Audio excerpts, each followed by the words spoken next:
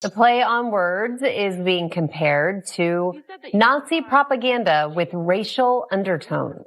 And now, guys, we're going to do a follow-up on the Sydney Sweeney drama because this actress paired with American Eagle to do this campaign selling jeans where they made a play on words between the fact that she's stunning and has good jeans and is wearing their good jeans. Get it? Right? Well, some people literally think this is like fascism or eugenics, a word that none of them knew until like 2 days ago, and they still don't really understand what it is and what it isn't.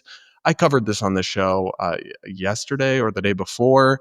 However, there's a new angle to this, which is mainstream media parroting the absurdity of it all uncritically. Here is a clip from Good Morning America that I just found to be absolutely diabolical.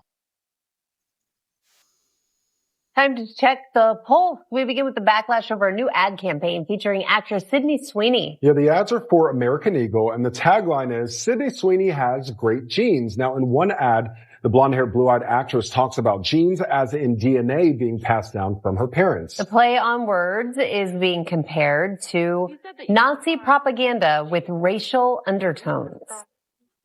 The pun, good genes, activates troubling historical associations for this country. The American eugenics movement in its prime between like 1900 and 1940 weaponized the idea of good genes just to justify white supremacism.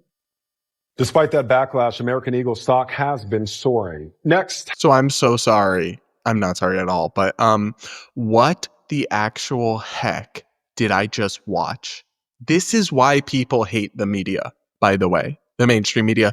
This is why people hate y'all, because you just took this viral trending story, portrayed it in the most extreme and unhinged way possible in terms of the backlash, platformed and uplifted the most deranged perspective about it only from some crazed professor, and then asserted that as fact and then kept it moving.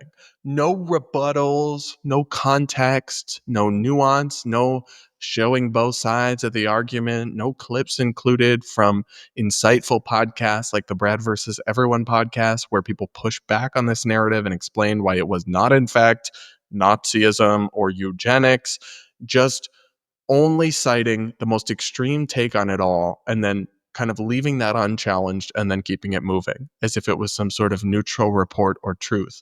This is why people hate and don't trust the mainstream media.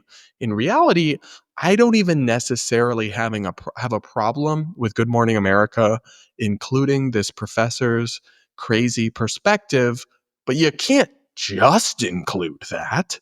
You have to include the normal person perspective that a jeans commercial is not, in fact, literal Nazism by a company owned by Jewish people, by the way, that it was simply a pun playing on words and talking about how hot she is and how she has good genes, which is a normal thing that people say in real life all the time and is not a callback to the Nazis. This is deranged.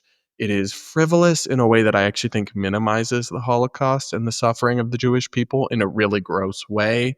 And what's more, it is not eugenics to simply acknowledge the existence of good genes.